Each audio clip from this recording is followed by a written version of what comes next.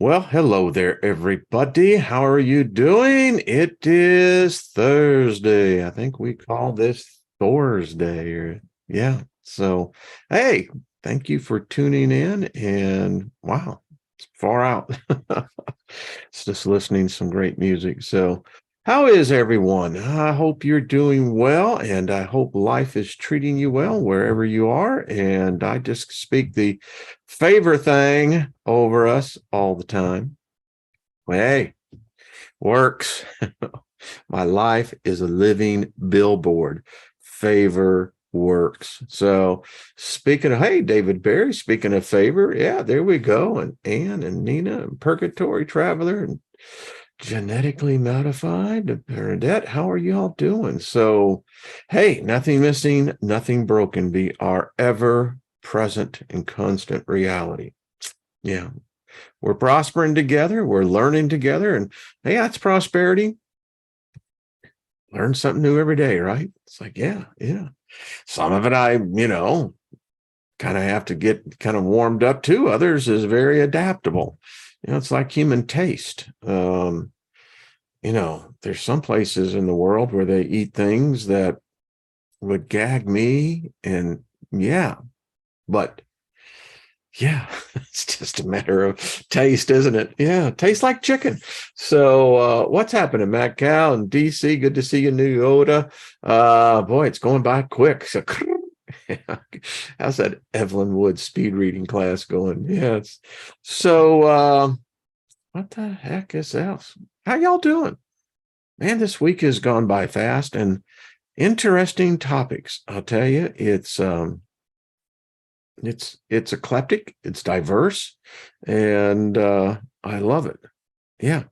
So a little update on the death scene that I came up on yesterday. Well, the story isn't good. I apparently it was a woman, 31 years old, I believe. Anyway, she walked in front of a semi truck. I mean, wow. They say that when humans are forced out of the body like that, when death just comes in, that's your ticket to Ghostland, because you are now in a state where you did not allow the transition to take place, at least not in the sense of how most choose to go. Yeah. Anyway, I hope that wherever she is, she finds her path. Yeah. And that thought went out over the other side. Interesting. So what else up? Lost in Space, John Price. What's up, Loretta?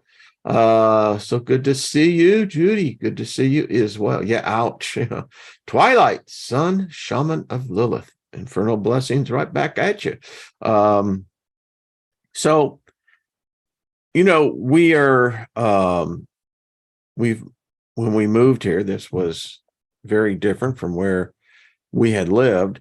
And we have these magnificent spirit beings, these beautiful oak trees, dogwoods. I mean, and we also have stumps that were part of the property. Well, I love nature.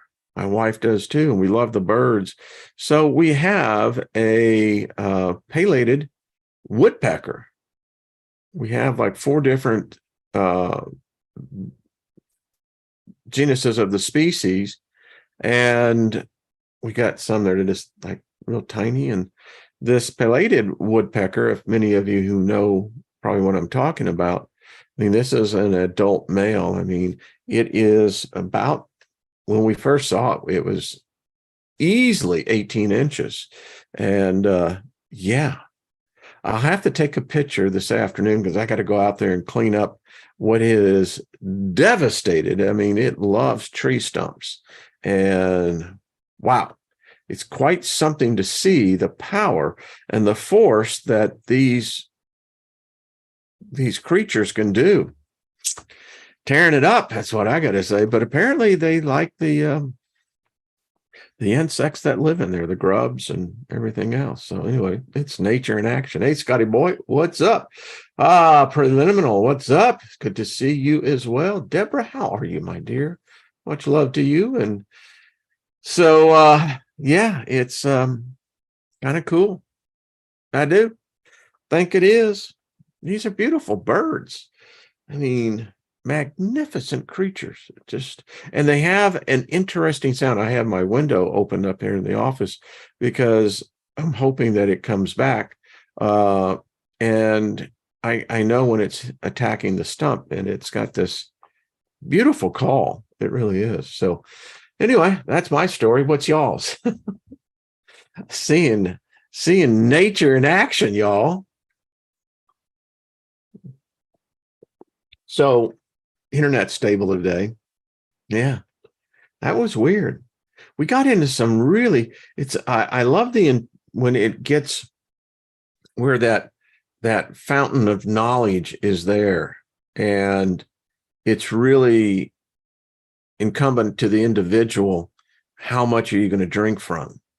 I mean, some people don't drink a lot, so they'll take small sips. Others who have an insatiated thirst and will drink, till they're floundered. But anyway, here's food for thought. What if our sense of self emanates from nature herself? It's cool. She's complex. I know that. Everything makes a vibration. Everything that's even the inanimate that doesn't seem that they're alive, but they are, just a different form. All give off frequency. Hey, Gilbert, you'll like this one. So I read this thing, and they were conducting this experiment with mushrooms. And what they have found is that mushrooms, they talk amongst themselves. And it's a sophisticated form of communication, something that humans don't know about. Yeah, love those mushrooms. That's all I got to say. The shrooms be the bloom. So we are gods. Everything is energy. Yeah, it is true. Brian, 1958, what's up? Good to see you as well. And Shirley, what are you doing, my dear? Hope everything is well. But anyway, see, Jeanette knows. Yeah. That's all I got to say. Scotty Boy said, they sure do talk to me. All right. Won't they? Exactly. That's all I got to say. I mean, it's kind of like the group spirit. It's nature's way, It's nature's way of receiving you. Love that album, 12 Dreams of Dr. Sargonagus. Yeah. Trip to it back in the day and trip to it today. Randy California and the group. Yeah. Kick ass album. That's all I got to say. Kick ass. So, boom, boom, boom.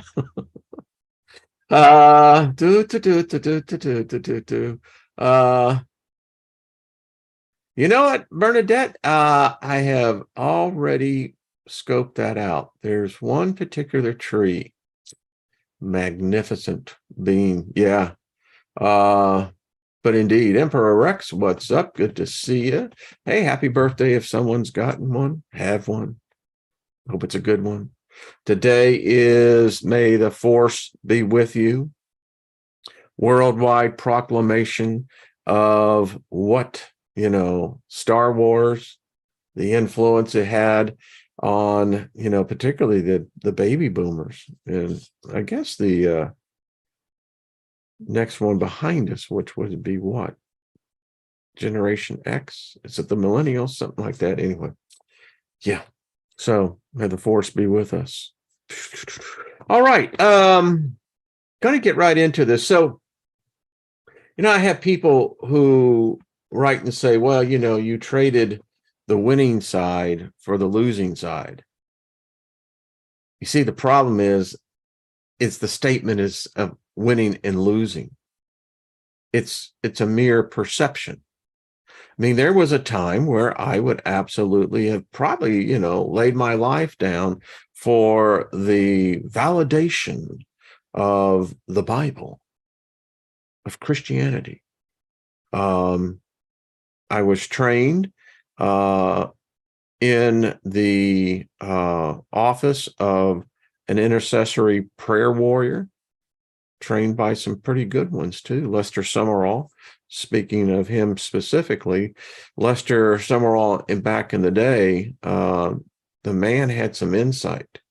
Now, granted, it was from the perspective, but he was powerful. I mean, a couple of them that I trained under, but particularly with Lester Summerall in the area of what it is to be an intercessory prayer warrior. So when I bring out these things, I have a certain perspective that for me, everything has a spiritual component to it. A lot of them are vying for our attention. I mean, while we're in the flesh, we are powerful. Not to say that we're not on the other side, but this is a special and unique experience. Sadly, most people go through life, and it's not an easy place. I mean, it's tough. It's rough and tumble, and it's interesting to see how important it is for us to have a belief core system. And again, when I was trained as an intercessory prayer warrior, it's like almost a mystery school, because you learn things that other Christians don't learn, and you get insights as to how this thing is developed. And we're talking postmodern era here. Now, I have no doubt that these gifts existed within shamans, witches, pagans, but we were taught specifically that there is this hierarchy that exists, and one mirrors the other. And it gets into the detail of what each dominion actually holds. And what I bring with me from that experience is that I understand, at least, and I have to give credit to it because I saw it in action, there are ranking spirits, titles. Titles are really important on the other side. It's very important, as it plays out here too. If a cop is standing at an intersection and holds his hand out there, people stop. Not because he's Superman, not because he has supernatural powers, but actually he does. We call it the shield.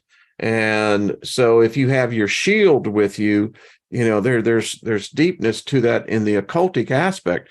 Many cops don't even realize, but there are those few that really do. They get it. That shield, it plugs them into a power source, power, authority.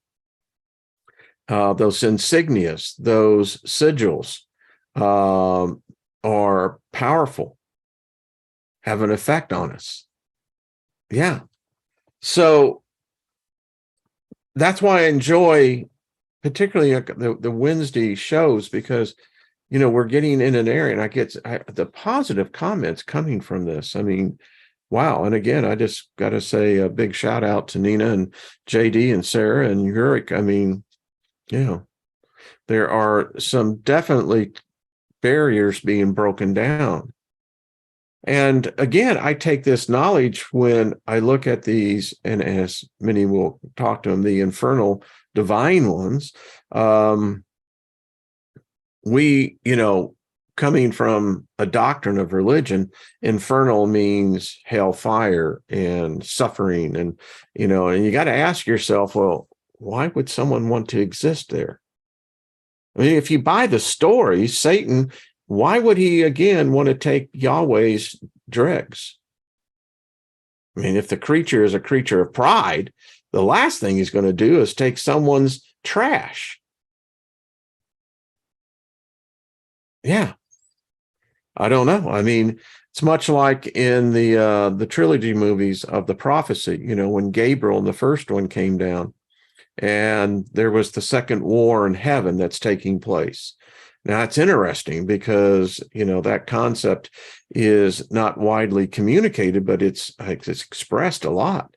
Maybe we are, in fact, witnessing this second war really heating up into a point. The movie of the prophecies, as you know, I think there were 3 of them, the recurring thing was about Gabriel and Michael. And, of course, they had to put in the whole thing with the kid and the Savior. But it was interesting because there is so much angelology to those movies if you watch. And if you do a still frame when they go into the cave, particularly on the first movie on that, do a still frame, what we used to call in the building, you would actually capture the frame itself and study some of the angelic script that is actually depicted there.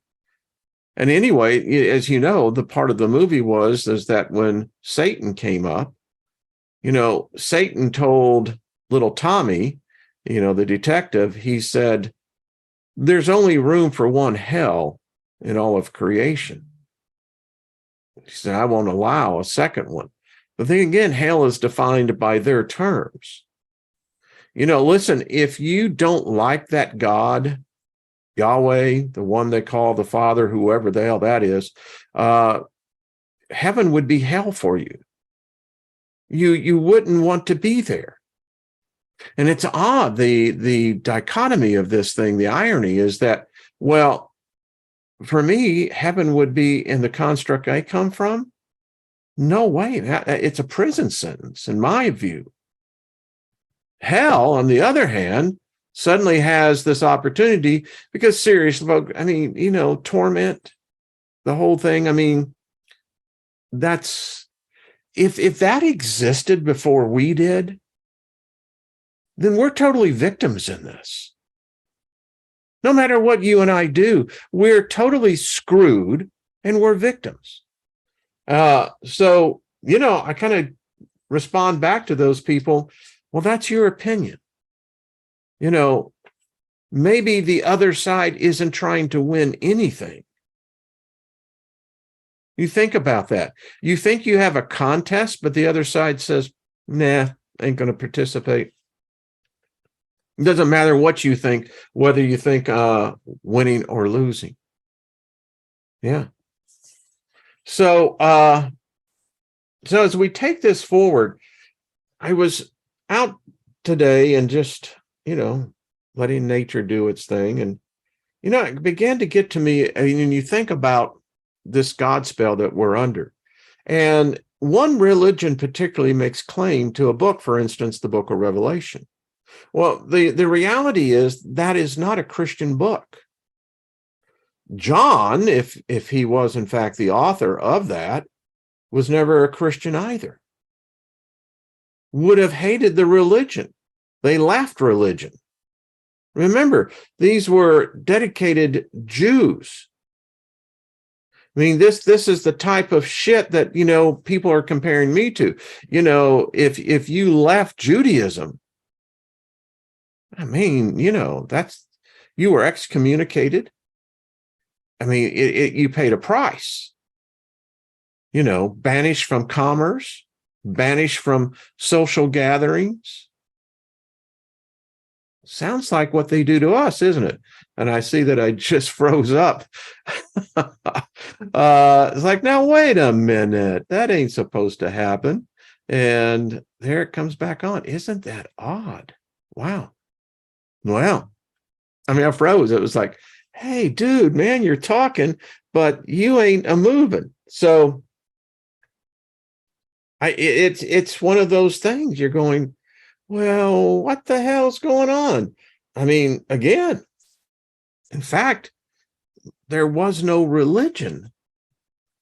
But yet these books, particularly, the ones that have the apocalypse in it and the big cataclysm, they hijack that. Many say that has already come to pass and is very irrelevant. But we're living, and you can write this one down, we're living the imagination of some other human. Hey, Mary Wins, how you doing? It's us that make it real. They just gave us the script. It's like the whole thing with intercessory prayer. You use the gift of the Holy Spirit. There are 9 gifts of the Holy Spirit. Each one is divided into 3s. Isn't that interesting? And so you have 3, 6, 9. And when most people, laymen particularly, will have, evidence of the baptism of fire, that's what it is. It's interesting. They baptize you in water, but in order for you to possess the Holy Spirit, it's a baptism in fire. But I thought fire was Lucifer's, Satan's domain, right? That gets rather confusing, I know. But if you think about this, we're the ones that are causing it to be. And it's like the whole world is reading from the script. What is it about prayer? Girl, you're right. And if you think about it, we would do these intense battles. They were real. There were times we would meet sometimes like 4:00 in the morning in the church, and this group of dedicated prayer warriors, and we're talking something back in the 80s now for myself. But I can tell you, we came out of that, and sometimes just absolutely soaking wet, intense battles. People can say, well, maybe that was just what your group was experiencing. Yeah, it was what our group was experiencing, not for the other. But, and who said that? Evil is cold, not hot. Scotty boy, that is so true, man. It is cold out there. Isn't that what, Blood, Sweat, and Tears thing? And when I die and when I'm gone, there'll be one child born in this world to carry on. But anyway, that was my first album. I was living at Burnett Balin. Yeah. Anyway, Troy, what's up? Good to see you, Paul Joe. Isn't it odd, baptism in fire? But yeah, we were out there, man.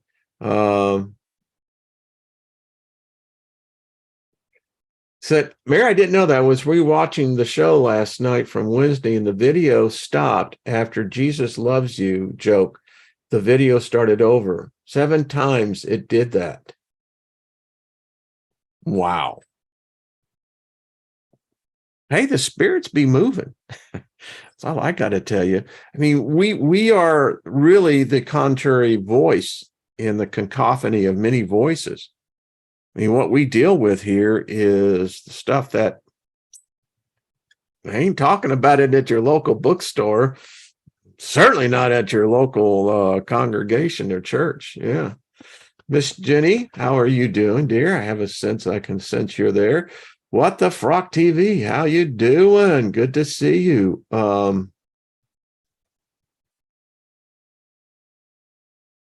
Twilight, that's very interesting. Yeah. Well, I know as a group, and the thing about it is, as I look back, it was predominantly mostly women. There was a few of us dudes, but wow, these women, woof, they kick some ass.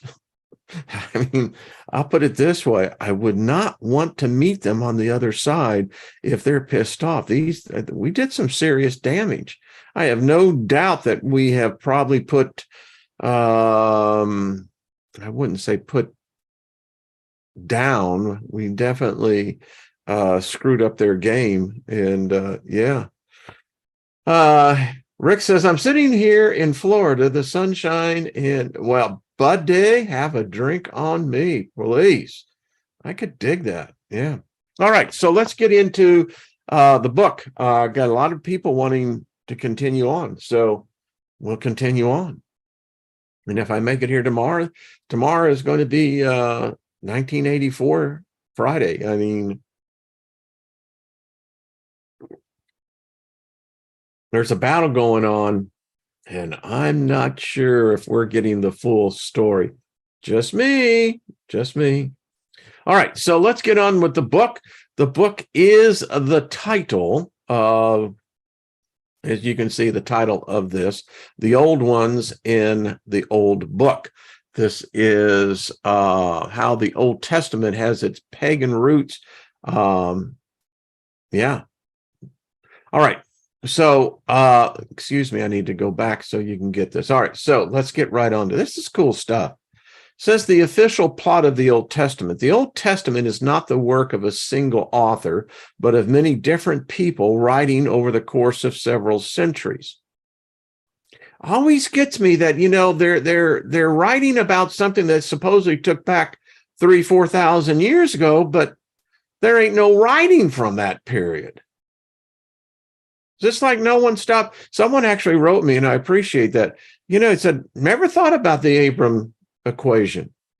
Why would this dude go out wandering in the wilderness in a voice that he heard telepathically speaking to him when he already knew the guys that were supposedly started all this? So where'd this cat come from? Anyway, it says, the writings grew gradually, were collected and edited. Very important, edited, and went through several revisions. They ain't the original. They reached the form in which we now have them between 500 and 200 BCE, before the current event, and as such are the work of final editors working at that time. I kind of put my head back in there. All right, so I'm one of these scribes, I guess. I guess that's how you're writing this thing down. And I'm looking at these different pieces of work, right? And I'm looking at this thing here, and I'm looking at this scroll and this cylinder. And, you know, I'm trying to write a coherent story. So is it coming from me, my interpretation, because it's the only way it can. It can never be the interpretation of the original author. And in this case, you're saying of an invisible, unseen deity that's telepathically communicating this. But we accept it as gospel. Yep. As such, again, as the works of the final editors working at the time, the Old Testament scholarship generally recognizes at least 3 earlier collector edition editors involved in this process. The earliest, codenamed J, I always like this, sound like, you know, Men in Black, worked around about the time of Solomon, 10th century BCE, and wove the traditional stories known to him into a coherent plot, running from the creation of the world to the invasion and possession of the Holy Land of Israel, Canaan. The second, codenamed D, worked around the 7th or 6th centuries BCE and interpreted the history of the Israelites since that invasion in terms of their faithfulness or otherwise to their God, Yahweh. Now, I just want to stop right here because this is the myth. You see, every one of these Abrahamic beliefs lay claim to this. But there is obviously 2 imposters that have no right to, maybe only one imposter. Because Islam has Ishmael. But Christians have nothing. Got nothing. They don't have a stake in this, but yet they will tell you that this is the way of reality. What happened on these little 12 tribes, that's what they were, and they were ignorant. I mean, we think we have perversion today. We're still in the PG rated. I mean, these people were some bad mofos, man. Just got to tell you, sick, bad mofos. Woo. Anyway, remember, their God Yahweh in the book of Hosea said, smash the skulls of the fetuses, cut them out. In the book of Jeremiah, I mean, you go through this thing, this cannot be a normal thinking deity. Sure the hell blows out the whole idea about a soul, doesn't it? So what the hell is your story when the very God that supposedly created all this shit happens to say, well, screw him or her, cut her or him out of her mother's or his mother's stomach. And make sure you bash its skulls against the head, the bricks, the walls. I mean, don't talk to me about this God of love. I don't know where it exists. Have ever seen it. Never saw it in manifestation. The viewpoint of D is similar to that of the Israelite prophets. The third, codename P, worked around the 6th or 5th centuries BCE and reinterpreted. So now we're in at least the 3rd generation of what the original, the mother mirror. Okay, so P now reinterpreted the whole scheme from the viewpoint of the sacrificial priesthood. Well, that'll put a spin on things. The final editors of the whole thing agreed in essentially with P. So completely changed it from C, D to P. These editors have between them imposed an overall plot on the text so that they fit together in a coherent whole. The plot concerns the history of the Israelite people and their dealings with their God and goes like this. So we know there were other cultures way before this culture ever came about, but yet it doesn't matter. It counts for nothing. I ain't buying that shit. So here's the whole foundation. The one true God, a male deity called Yahweh, chooses Abraham as his worshiper. Yahweh promises to make a great nation out of Abraham and gives him Canaan, roughly modern day Israel, to live in. Now, there was someone already living there. We never hear about their side of the story. So Abraham has a son called Isaac, whose son in turn is Jacob, who is called Israel. Jacob fathers 12 sons, and the whole family migrates to Egypt to escape a famine. Well, if their God was so powerful, why could it not go against the famine? It created all heaven and earth. Oh, that's right. It could do everything, but it could not face the iron chariots. All right. Eventually, their descendants, the Israelites, are enslaved there. That's their story. Moses is chosen by Yahweh to rescue his people from slavery. He leads them out of Egypt across the Red Sea. Now, are there any Christians in here? I'm just trying to get it. Is there any Luciferians here? Any Satanists here? So if it ain't here, then the shit's made up. Oh, now people argue with me, but no, we got our roots off. Yeah, sure. All right. We'll go with that. Gives them the 10 words at Mount Sinai, takes them back across the desert to the promised land of Canaan. Yahweh forms a pact called the covenant with the Israelites, provided that they keep his commandments and worship no other gods apart from himself. He will protect them and favor them as his special people. Wow. Okay. So Yahweh is not denying that there are other gods. He's just saying he's the only one. Well, that counts. And get this whole thing. I mean, so this God looked at the human race, the huge family tree, and said, and rejected that. Chose an individual that he began to alter the DNA until he had his own special people, his chosen race. It ain't us. That's for damn sure. It's a real private club here. I did a thing on this years ago about the 10 gods that actually rule this planet. I don't see much teaching on that. I'll have to get back on that because there's a lot of truth to these 10 gods, in which you got to look at this thing with Yahweh. How come this God Yahweh, I guess the father of Jesus, it gets a little confusing there, but he has this little small piece of land.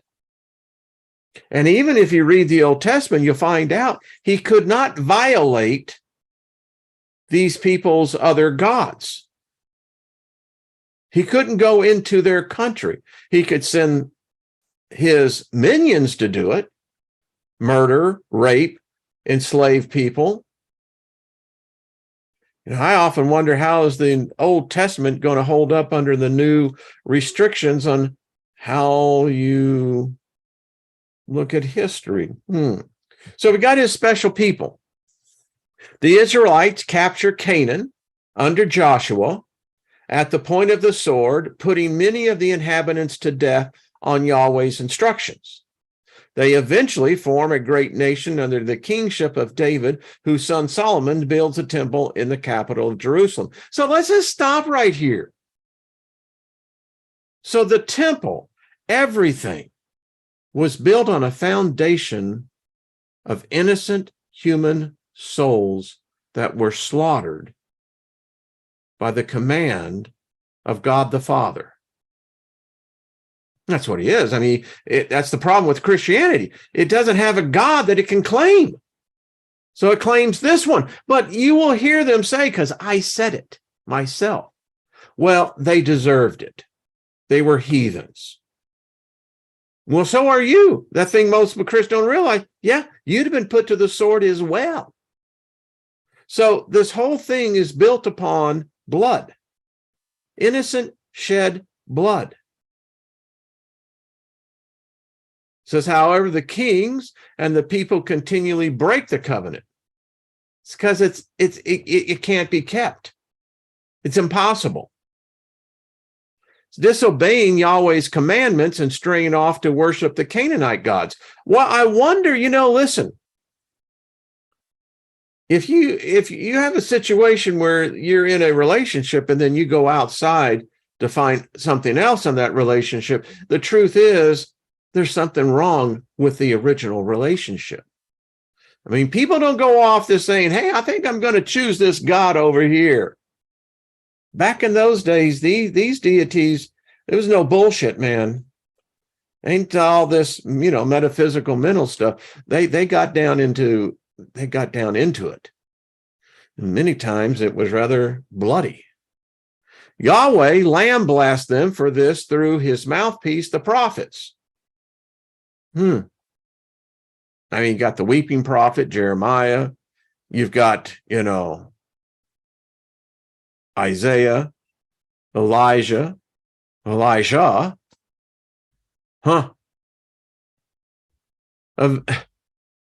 to no avail.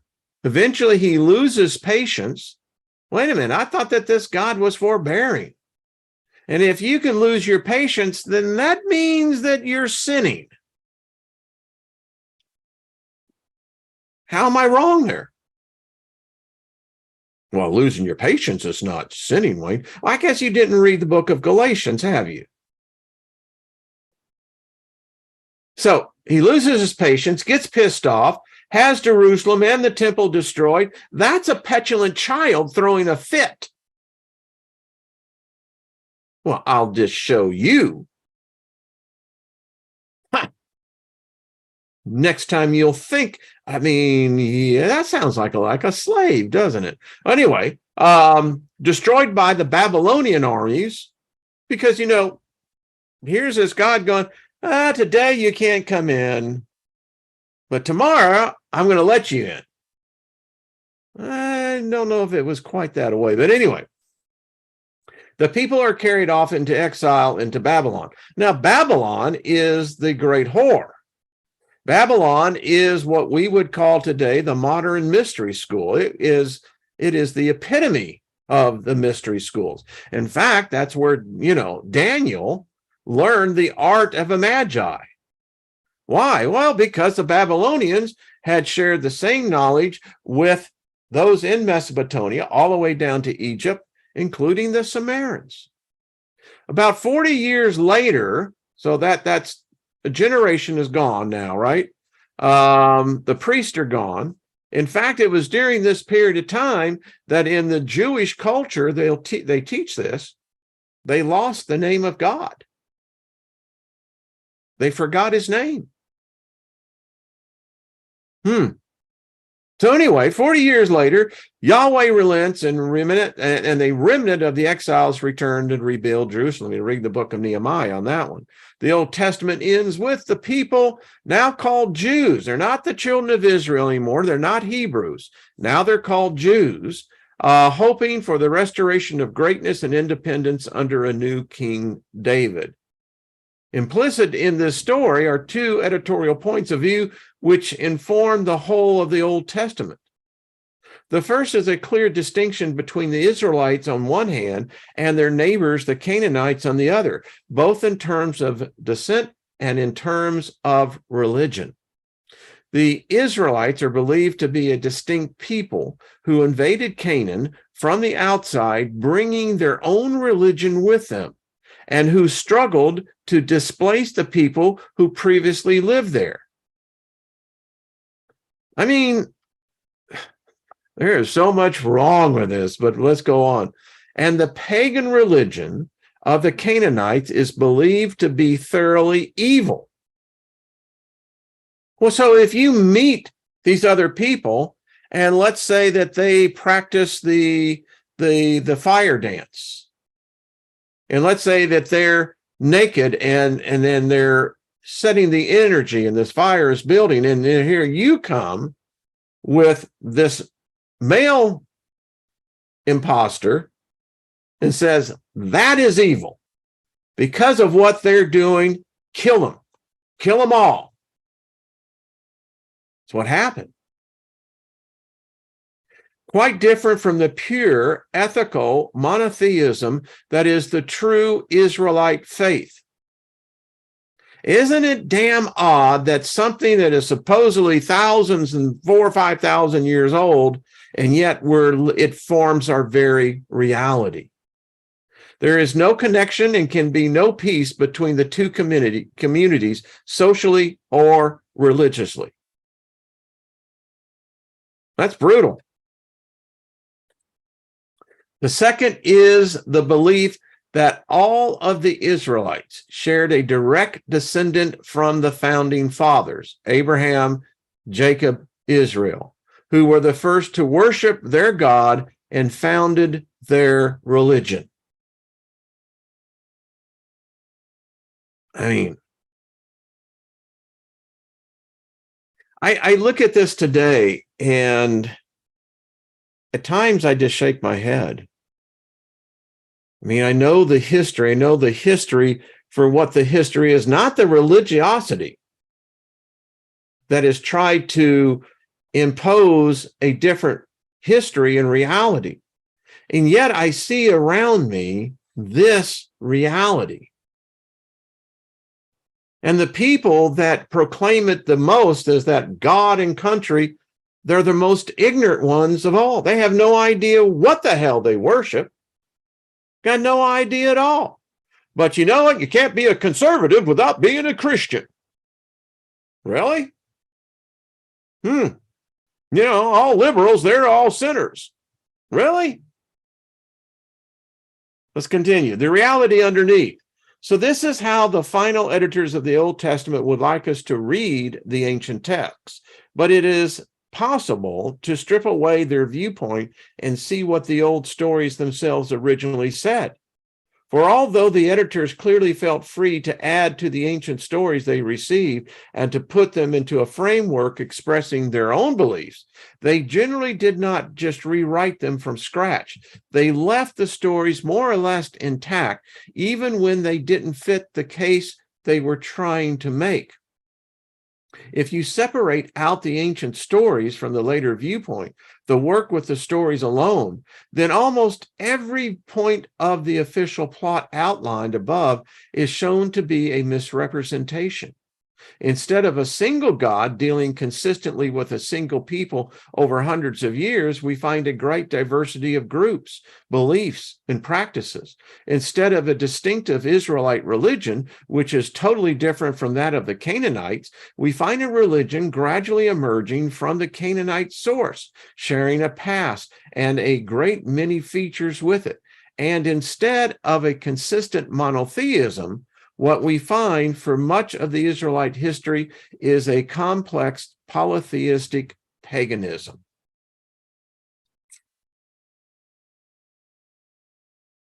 Wow. It said it's not necessary to look up any of the notes indicated by small numbers while reading the book, but they are provided for the three main reasons. Primarily, because I've been accused of this, someone said, well, you don't give references. Really? So while reading the book, but they provide for the three main reasons. Primarily, they provide references to the passages from the current manuscript, the Old Testament, and other works quoted and summarized. Sometimes they follow up interesting sidelines that would otherwise interrupt the flow of the argument. And occasionally, they refer to other books where complex issues are explained in more detail. The notes for each chapter are found at the end of the book. So, he says the quotations from the Old Testament are my own translations from the original Hebrew. For those who want a copy of the Bible to read for themselves, I recommend the New Revised Standard Version. This retains a lot of the poetry of the Old King James Version of 1611. I don't talk about that Bible because you know what in that Bible is not in there? Jesus. Ain't no Jesus in there. While updating its archaic language, correcting its mistakes, and using inclusive language where possible. You see, nothing against the British history, but even the scribes were ignorant back then. And then if you want to talk about Mr. Bacon, well, that's a whole nother story. Oh, Francis, yeah. It sticks close to the Hebrew text, which makes it a popular choice in universities. Theology departments, however, any English translation of the Bible is fine, provided you remain aware of its limitations. The Hebrew of the Old Testament is frequently ambiguous, so any translation takes decisions about the likely meaning of the text with which the translations may disagree. The exact meaning of the term paganism is a contentious issue, particularly among modern pagans themselves.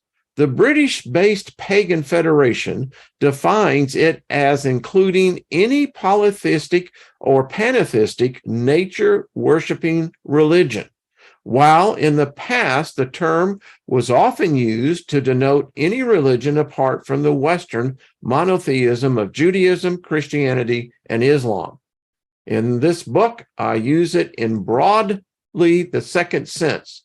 For all the beliefs and practices of the people surrounding the Israelites that were originally unconnected with their national God Yahweh, these beliefs and practices were frequently pagan in the first sense as well as we shall see.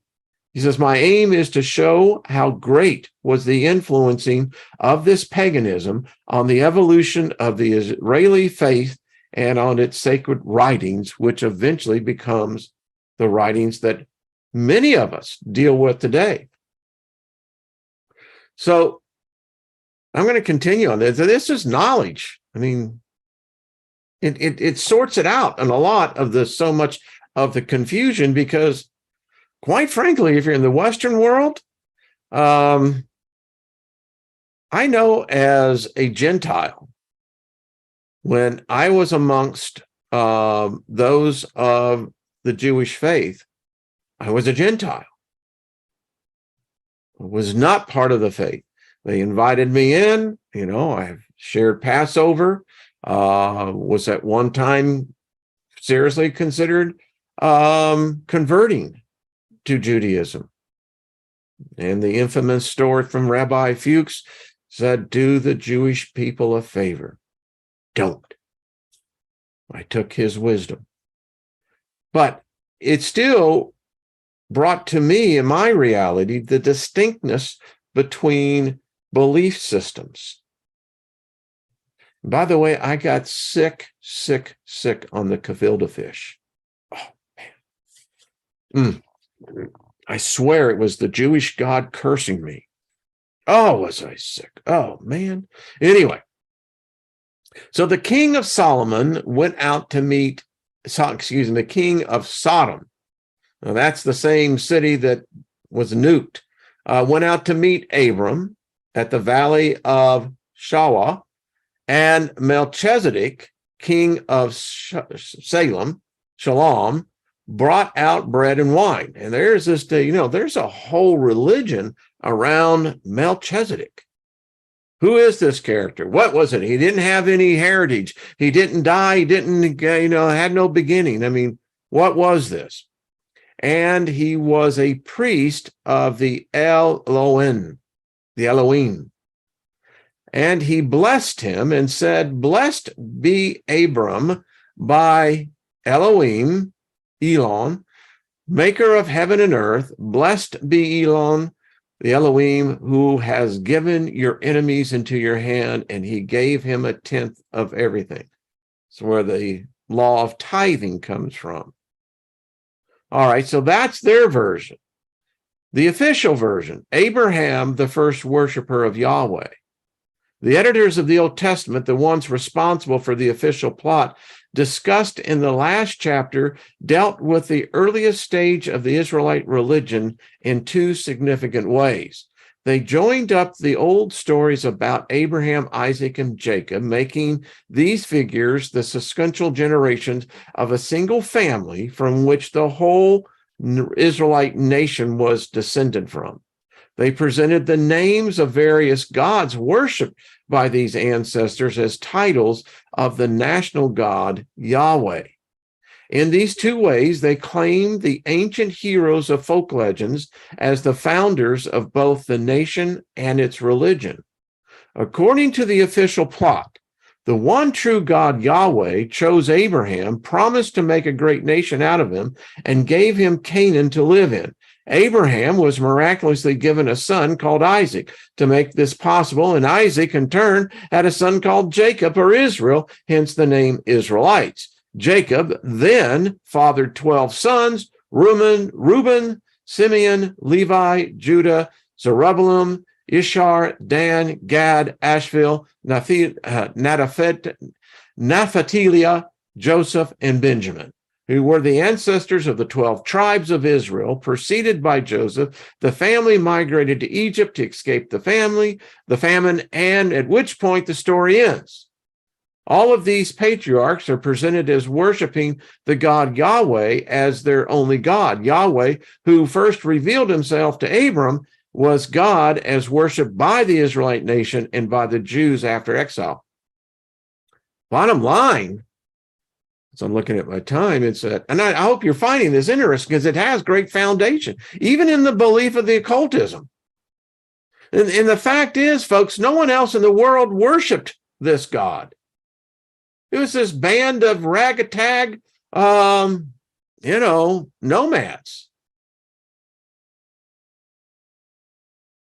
Yet, today, people stand up in Congress and you see the president and they're talking about this God and that this is all the same God. They don't have a clue what they're worshiping. Because this Yahweh, by his very words and actions, has rejected the human race as a whole. Not my words, its words. So who were the patriarchs? However, Old Testament scholars are not happy with this version of events for three main reasons. Firstly, the stories themselves, particularly the parts where the patriarchs deal with their gods, do not fit well with the development form of the religion presented by the later editors. Secondly, many of the alleged titles of Yahweh are found rarely in the rest of the Old Testament and look suspiciously like the names of completely separate deities. Let that one sink in. And thirdly, Abraham, Isaac, and Jacob are shown as operating in different parts of the country. How the hell did that happen? As if they were originally the subjects of quite separate legends passed down by different sanctuaries or local groups. Because of all this, most Old Testament scholars regard the patriarchs in one of three ways. Some see them as originally gods who evolved into human heroes as the legends about them developed. However, although this has happened often enough in the history of world religions, it does not seem to have happened here. The patriarchs in the stories do not display any divine attributes and seem to be thoroughly normal human beings. Others view them as personifications of tribal groups. That is, when the story talks about the exploits of Abraham, it is really talking about the exploits of the whole tribe. This is possibly the case because in stories like the ones above, patriarchs mysteriously turn into leaders of armies doing battle with neighboring tribes. However, most scholars regard the patriarchs as individual but legendary human beings whose stories were passed down at the sacred shrines they frequented. By molding them together into the official plot, the editors presented the desperate groups that eventually made up the Israelite nation as the descendants of a single biological family with a common and ancient religion. Whichever of these is true, in the author's opinion, the third seems most likely. It is primarily with the gods worshipped by the patriarchs that we are concerned with here. Okay. This gets good about who El is. The word translated God or God, big G, small g, in English versions of the Old Testament is the Hebrew word El. This is significant for a number of reasons. The Israelites developed in close contact with the Canaanite people, and El was the head god of the Canaanite pantheon. But in the Old Testament, the word El has become generalized to mean a god in general. Thus, Yahweh can be referred to as Yahweh El Yashira El, Yahweh, the God of Israel. Noticed in passing the El contained in the name Israel. The Israelite nation is actually named after the Canaanite high god. Now, another level of complexity, when using the word God on its own to refer to Yahweh, the Old Testament generally uses the plural form Elohim, gods. It is not entirely clear why it does this. It may be similar to the royal we in dated British English as Queen Victoria's we are not amused. If so, it is a way of giving Yahweh greater respect than the other gods in the region. Alternatively, it may come from a period when Yahweh was believed to be president of a council of gods like those of Mount Olympus in Greece. Later, the other gods were downgraded, leaving Yahweh in monotheistic isolation, but still referred to in the plural. Either way, the use of the term El for the God of the Israelites suggests that the Israelite religion developed out of the Canaanite religion. This is in contrast to the view of the editors who believe that the two sets of gods, the two religions, were completely and utterly separated. And I see my time is out. I know it, folks. I know that this may, for some, may seem like, what's the big deal? It's a huge deal. It frames everything we talk about. It frames the whole conversation of demons. It frames the whole conversation of angels. It concerns the whole conversation of the pantheon, of which we in the West have been told over and over again doesn't exist. That there's only one. There is not just one. It's impossible to be one. I pointed out the flaws that I was taught in the very first chapter of what their book said. This God came from darkness. But yet everyone proclaimed that it's the God of light. But yet you're telling me that Lucifer, who was a made-up name of Jerome, but anyway, you're telling me that he's the bright morning star. Well, wait a minute. That's what you called your Savior, which still refers to the fact that the origins came from darkness, thus the paganism. Whew. Okay. I'm reading some comments in there. This helps me. It does. I tell you, because it puts the framework. We're all going to pass over to the other side. And I can't accept the version that's been taught in the Western world. It's made up. There's no way that any demon is a goddamn Christian or have anything to do with a Christian. Wouldn't even know who the Christian God is. If they existed before the time, before man existed, they wouldn't know any difference. They wouldn't give a crap.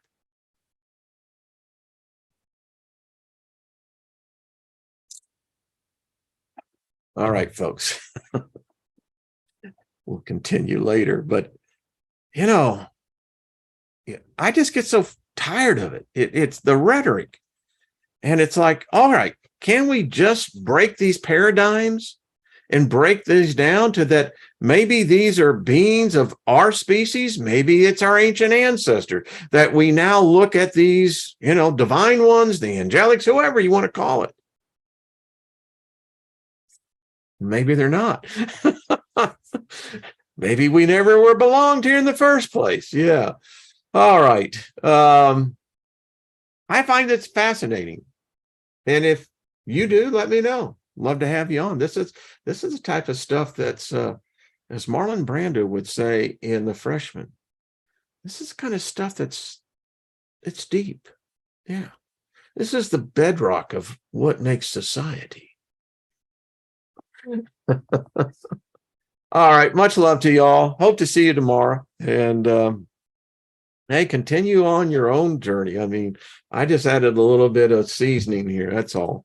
But I love the book because it dispels so much of, and here I go off on this thing here. It's like the Golden Dawn, the Kabbalah. When I'm reading this, I cannot separate myself when they're starting to use Yahweh, the Elohim, and they start breaking down this whole complex. You know what? I don't want a part of that. I don't want it. I don't care if this is how they're describing what life started. It sucks. Because if that's the case, it's broken. And I haven't seen it do all mankind any favors. Seems like we always end up getting the short end and the shitty ass stick, stinks. All right, I'm out of here. Thank you all for attending. Thank you for hitting the like button, and let me know what you think. Yeah. All right. Much love, everyone. Until we meet.